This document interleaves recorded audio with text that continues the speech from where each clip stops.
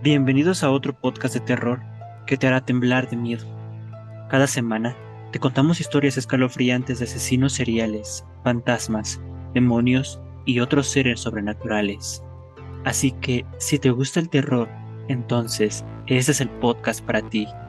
Yo soy Javier Ornelas y esto es Extraños Sucesos.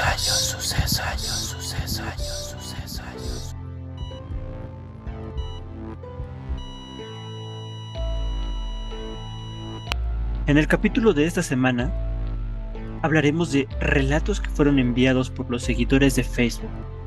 ¿Te gustaría compartir nuestros relatos? Mándanos un mensaje en Facebook, estamos como Extraños Sucesos.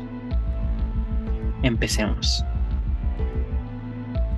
La manera en que nuestra mente trabaja puede ser todo un misterio en algunas ocasiones. El siguiente relato, que lleva por nombre La Suculenta Cena, nos dejará mucho que pensar sobre estas situaciones. Amaury siempre llegaba borracho a la casa. Me maltrataba constantemente y no solo en estado de ebriedad, como les narro, sino también cuando estaba sobrio. Un día me vio hablando con un vecino. Aquella vez me maltrató física y psicológicamente en la calle.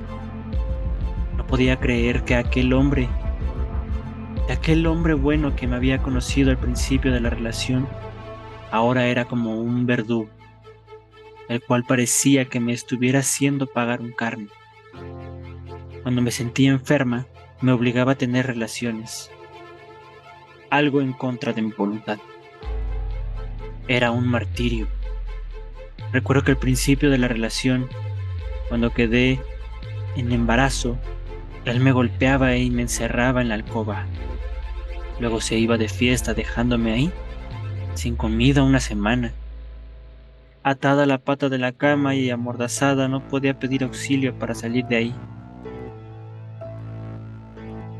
Me encontré indefensa y vulnerable. Mi dignidad estaba por el piso. Un día me pegó una golpiza tan fuerte que repercutió en un aborto. Desde esa vez fue imposible quedar embarazada nuevamente. Amaury nunca se preocupó por hacer pequeños detalles. Yo tenía que remendar la ropa interior, porque ni siquiera era capaz de comprarme un calzón. Me criticaba, porque según él, yo estaba vieja y olía a cebolla. Por eso traía a sus amantes a mi casa, a las cuales tenía que atender con deliciosas cenas, para luego oírlos gemir en mi propia habitación matrimonial. Al principio lloraba de rabia y de celos, pero con el tiempo me fui acostumbrando a ser su esclava. Cuando su madre y algunos familiares de él venían a casa, lo primero que criticaban era mi forma de cocinar.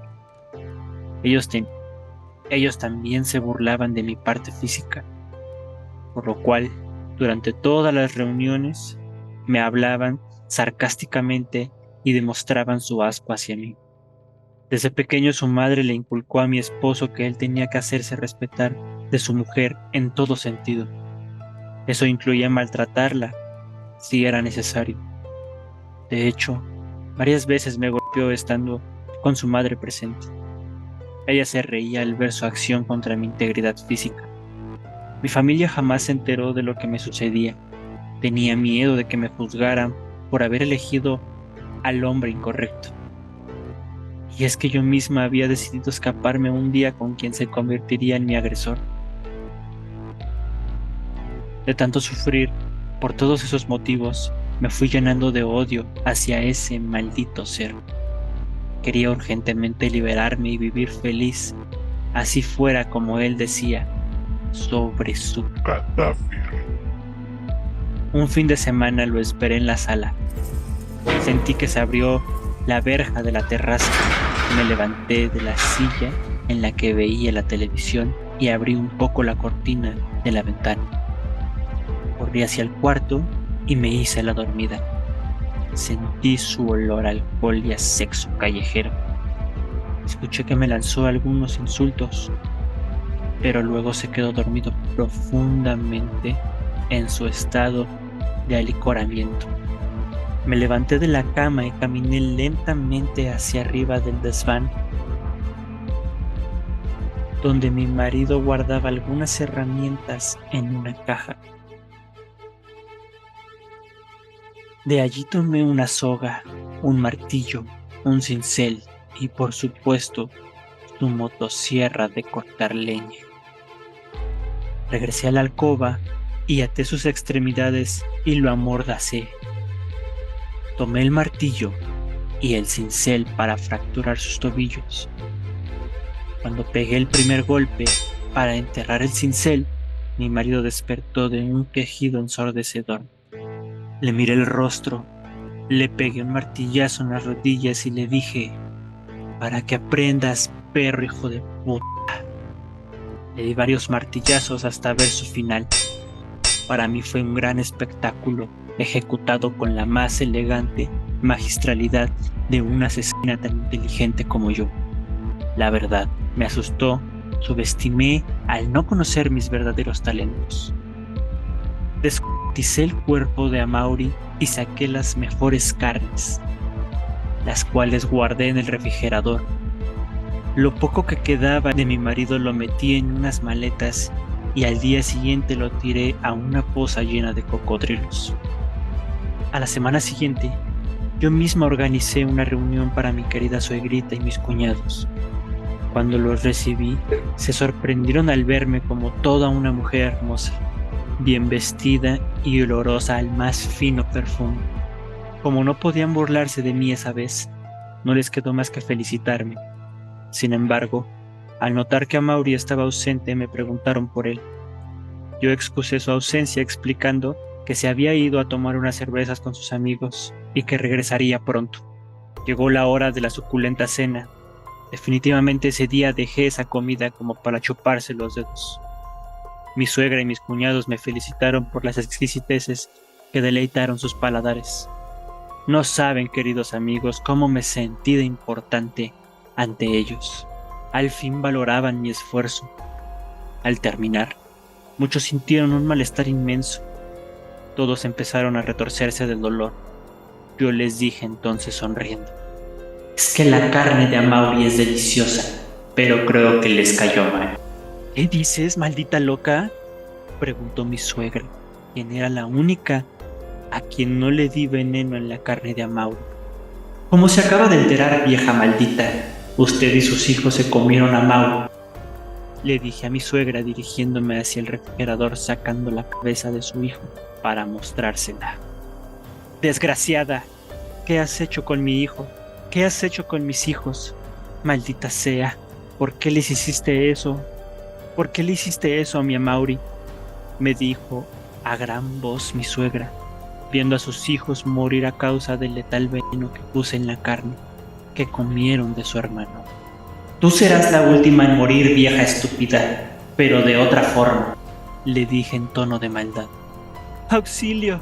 ¡Alguien que me ayude!, gritó la vieja asustada. Cuando la escuché gritar, inmediatamente tomé un cuchillo de la cocina y le corté la boca con él. La veía sangrar, lo que me llenaba de satisfacción. Luego la golpeé muy fuerte y la arrastré hacia el sótano, en donde con el mismo martillo y el cincel con que maté a su hijo, también a ella le di muerte.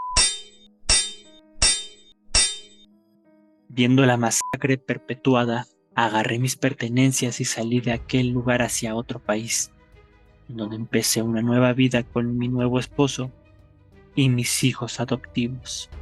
Jamás volví a ser una mujer sumisa.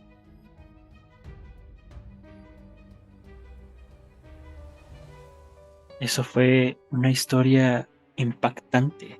Este relato fue extraído de las redes sociales y los créditos son para quien corresponde.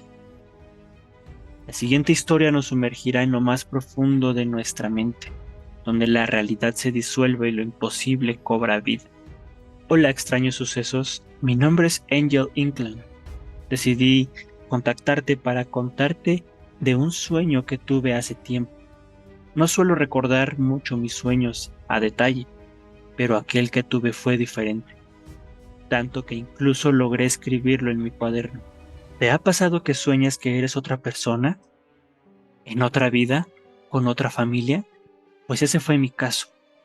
Yo era un niño de unos 10 años más o menos. Recuerdo que mis padres en aquel sueño estaban vestidos de gala, como si a una reunión importante fueran a asistir. Dijeron que iban a trabajar fuera unos días, y así sin más, se fueron, dejándome solo con mi perro. El lugar donde vivíamos era un edificio en donde habían más inquilinos.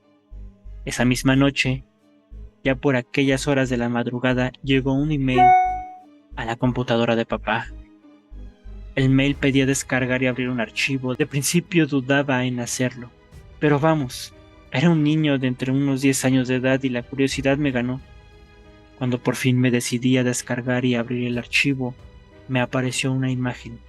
En ella una anciana junto a su perro se encontraban cerca de una cabaña de madera un tanto desgastada, y el área donde fue tomada la foto parecía ser un cerro o algo por el estilo. El ambiente alrededor se veía lúgubre, pues hasta el pasto estaba seco.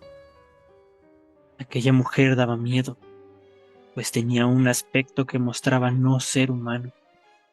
Recuerdo que su perro era de una raza mediana de color blanco con manchas cafés. Algo estaba mal con el perro porque parecía estar bañado en sangre. En la foto no se miraban heridas, por la cual la sangre no era suya. En su boca sostenía un peluche con todo el relleno por fuera. De alguna manera, eso me dio miedo. En este punto, la imagen que la página de Extraños Sucesos compartió en Facebook, donde habla de un fotógrafo que captó a una bruja y murió de forma extraña, me recuerda a este sueño. Un parecido exageradamente sorprendente. Continuando, recuerdo que me deshice de aquel mail y traté de seguir como si nada, jugando con mi perro, claro. Pero poco después oí pasos y risas en el pasillo de afuera del departamento. Entonces me asomé. Eran niños jugando, y sin pensarlo salí a jugar con ellos. Cegado por mi instinto, no me puse a pensar qué diablos hacían unos niños jugando a altas horas de la madrugada. Yo solo quería divertirme. Durante el juego, comenzaron a bajar hasta el último piso, para ser más exactos, al sótano. Ellos se sentaron y miraban emocionados al otro extremo del lugar.